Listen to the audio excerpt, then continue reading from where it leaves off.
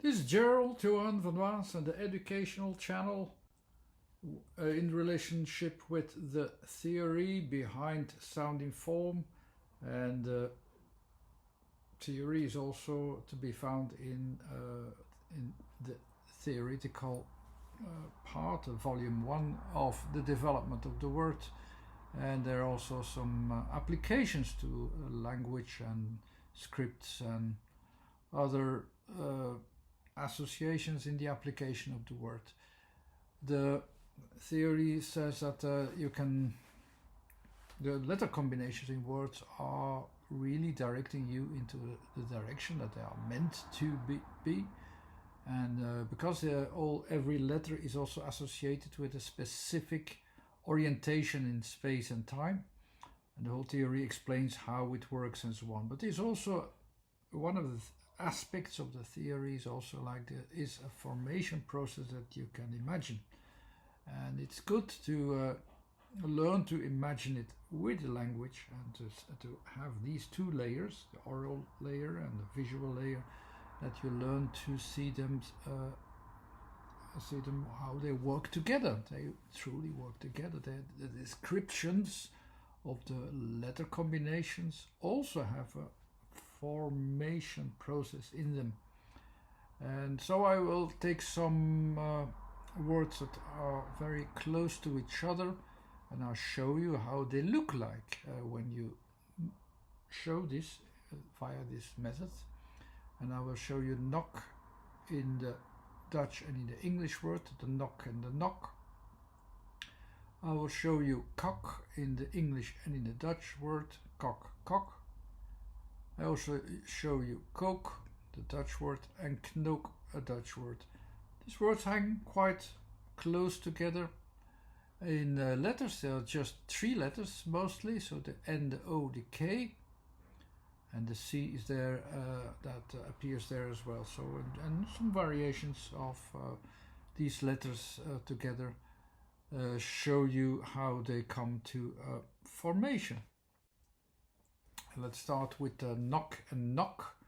So the knock, as it is written and expressed, is more or less like you can sense that there's something inserted in, with a content inserted in the environment, and it comes to a breaking point as if it is going towards a corner or an edge that you cannot go much further. In the knock there's 2 times the K and the C as well. It seems like there is an interaction. If you go to the words themselves, the knock is the rich, and also the knock, or like the knock on the door, it seems that the expressions are better expressed, not like this, going down towards a corner, but going up towards a breaking point or a border, let's say.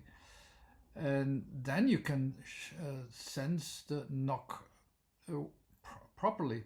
It's also more logical in the letters, because the O is environment, it's environmental space, and an environment from any starting point goes up. Of course, it goes from, we are here down on earth, and our environment is up over our heads, it's on top of each other.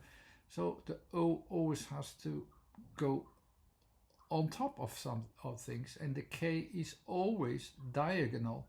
So these expressions slightly adapted to how they should show themselves are adapted here better. So let's compare them with the things themselves. The knock on the door, so as the going in 2 ways, the breaking points in 2 ways, as you can sense it here in the knock, or the knock or ridge as the corner at the roof, actually, not just at any corner, only at the top. Knock is expressed here.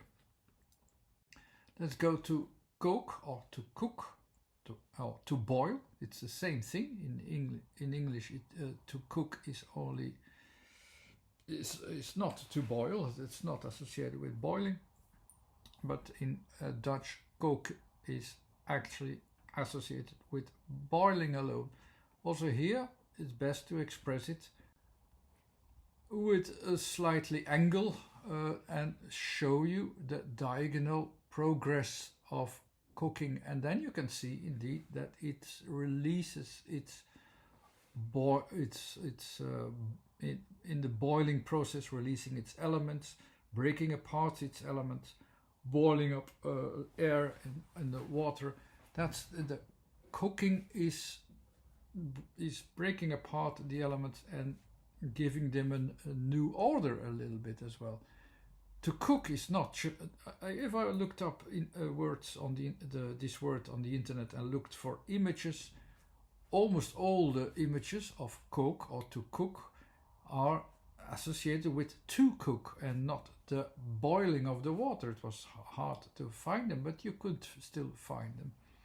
And there's a word kok as well, which in Dutch, which means the one who is cooking, the cook in English. And that's the person who is responsible of this process of not just breaking the things apart, but also doing this well, so that they still hang together with a functional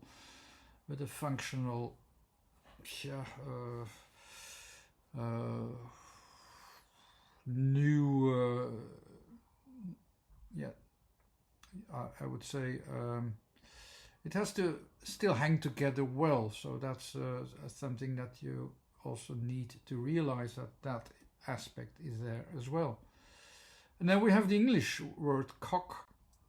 When I express it from the letter sound K and then go to O-C-K, I have more or less the expression as you can see there. With the cock again, there's this cockiness which has to be expressed there as well. And it's the same with the cooking. It has to be. There's a kind of there's an expressiveness in this cooking as well, which makes these elements go to a certain enlargement as well, but while in their proportions. And then this last word we have knook, which is the bone, and it's also it's almost like the knock, as you can see, but the emphasis is on what's lying inside, the N lying inside, in the O's, in the spaces in between, and that gives you the form of the bone, the expression of the bone, and the sense of what the bone is and how this one hangs together. I hope also this video was a good demonstration to make you sense how letters can hang together and how they are expressed in forms.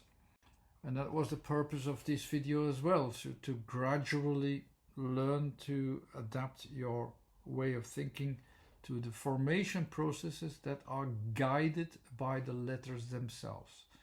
There's a website too, and there's of course, if you want to check out the theory, start with the development of the word. You can subscribe to the YouTube channel for more demonstrations and instructions. Thanks again. Bye-bye.